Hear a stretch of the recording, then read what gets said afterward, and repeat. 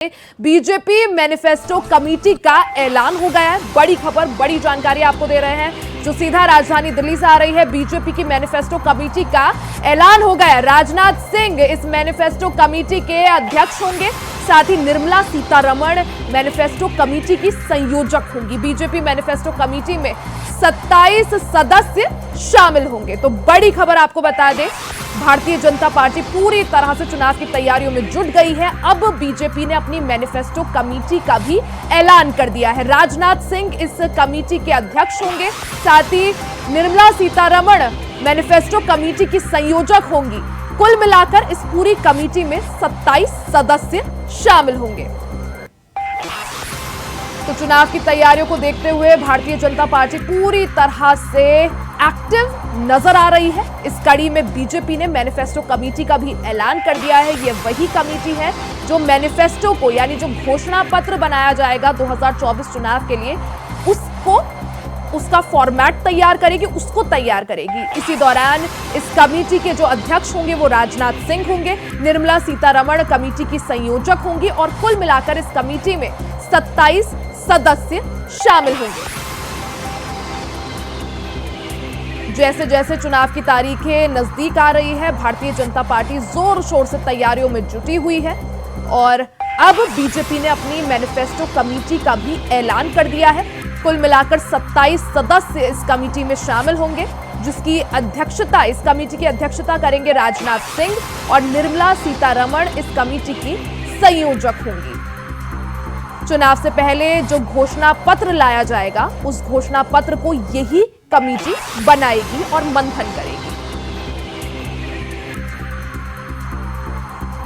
तो दिल्ली से बड़ी खबर आपको बता दें, भारतीय जनता पार्टी ने अपनी मैनिफेस्टो कमेटी का ऐलान कर दिया है। राजनाथ सिंह इस कमेटी की अध्यक्षता करेंगे, साथ ही निर्मला सीतारमण मैनिफेस्टो कमेटी की संयोजक होंगी। वहीं इस कमेटी में कुल मिलाकर 27 सदस्य शामिल होंगे। ये वही कमेटी है जो आगामी चुनाव को देखते हुए भारतीय जनता पार्टी का घोषणा पत्र तैयार करेगी।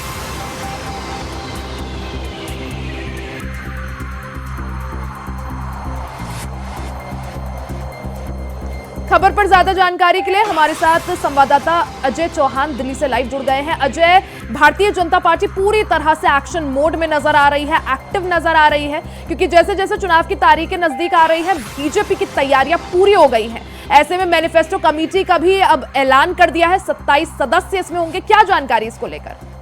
बिल्कुल बता दें, जिस तरह से बीजेपी की पूरी तरह से क्योंकि उम्मीदवारों की लिस्ट जारी कर दी गई है, पूरी तरह तैयारियां हैं चुनावों को लेकर। जिस तरह से बीजेपी लगातार अपना रथ को आगे हासिल ले जा रही है, वहीं आज जिस तरह से मैनिफेस्टो कमेटी बनाई गई है, उसके जो अध्यक्ष है वो राजनाथ सिंह को बनाया गया। यानी कि जो जनता के बीच जो मैनिफेस्टो होगा, जो चर्चाएं होंगी, जिस बातों पर चुनाव लड़ा जाएगा और क्या क्या जनता के बीच जाएगा, उसको लेकर तैयारी की जा रही है। यानी कहीं ने आस्था जो बिल्कुल बच चुका है और इस समय तैयारियां पूरी तरह से बीजेपी ने कर ली है। अब देखना यह होगा, क्योंकि पूरा जो टारगेट है 400 पार का है और ऐसे में राजनाथ सिंह को जब इसकी जिम्मेदारी दी गई है, तो कहीं ना कहीं क्योंकि एक चेहरा है और सुलझा चेहरा है, पुराने नेता है, बीजेपी में कद्दावर नेता रहे हैं, तो ऐसे में वो पूरी तरीके से तैयार है। और जिस तरह मैनिफेस्टो तैयार किया जाएगा कि जनता को क्या क्या उपलब्ध कराया गया है अभी तक, और इसके बाद जो 2024 के बाद जो तैयारी की जाएंगी, जनता को क्या बेनिफिट मिलेगा, भारत को कहाँ कहाँ लेके जाना, क्या क्या उपलब्धियां प्रधानमंत्री नरेंद्र मोदी ने की थी, उसको लेकर के पूरी तरह से जो फेस्टिवल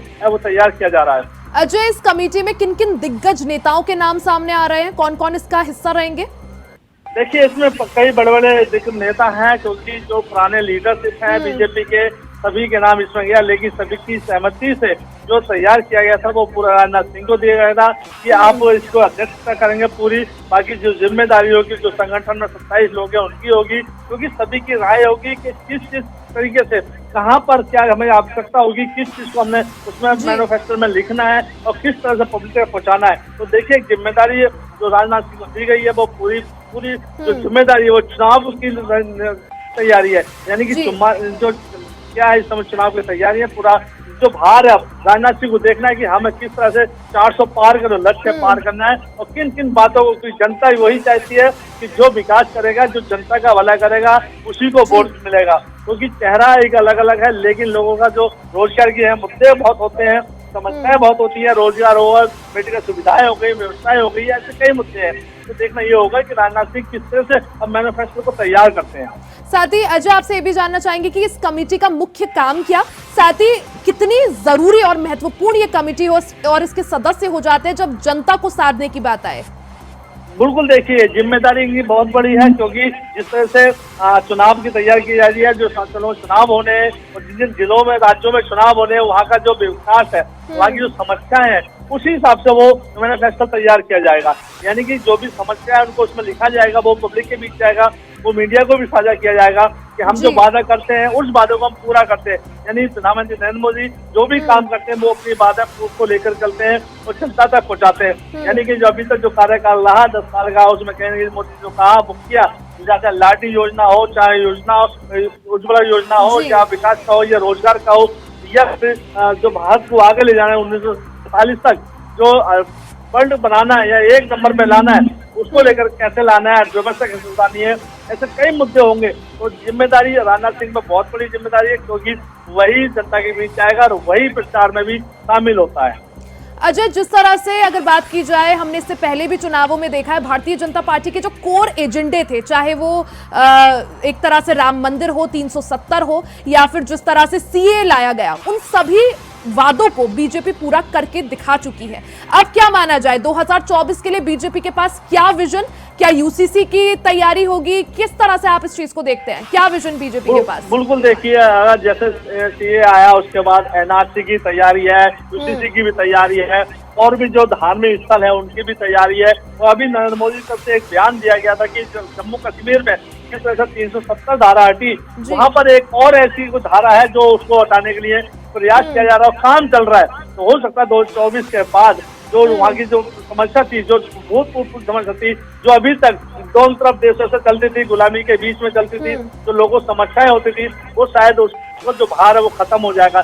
जो रोजगार की बात करें, या हुआ लेन देन की बात करें, या यातायात की बात करें, या वहाँ के जो लोग जो बेनिफिट नहीं ले पा रहे थे उसकी बात करें, तो देखिए कहीं ना कहीं जो पुरानी गलतियां थी नरेंद्र मोदी उसको मिटाने में पूरी कोशिश कर रहे हैं, ताकि भारत जो है, अखंड भारत की जो बात कही गई थी वो इसी तरह से खत्म किया जाएगा। जहाँ जहाँ कब्जा है, चाहे चाइना बॉर्डर की बात कर लें, चाहे जम्मू पाकिस्तान के बॉर्डर की बात कर लें, चाहे बंगाल की बात कर लें, तो देखिए ऐसे कई ऐसी चीजें हैं। तो देखना यही होगा कि जो मैनिफेस्टो तैयार किया जा रहा है बड़ा सोच समझ के, क्योंकि जिस तरह से चुनावों में जो अपने कैंडिडेट को टिकट दिया है वो भी बीजेपी ने चुन कर दिया है, कहाँ पर किसकी समस्या है तो क्या कमजोरी है, तो ऐसे में उनको उतारा गया। तो ये भूमिका राजनाथ सिंह की सबसे बड़ी होगी कि उनको किस तरह से तैयारियां करनी है। अजय, साथ ही सवाल ये भी कि जिस तरह से कांग्रेस भी कई सारी घोषणाएं पहले कर चुकी है, जैसे कई सारी कांग्रेस ने घोषणा करी है कि हम महिलाओं के लिए गारंटी लाएंगे, युवाओं के लिए गारंटी लाएंगे, तो ऐसे में भारतीय जनता पार्टी किस तरह से निपटेगी इन सब चीजों से, और क्या कार्य योजना भारतीय जनता पार्टी के पास? देखिए चुनावों को समय वादे सभी लोग करते हैं, और हर पार्टी चाहती है कि हम लोग चुनावों को समय सभी जो वोटर्स हैं उनको लुभाएं, उनको सुविधाएं देने की बात कहें।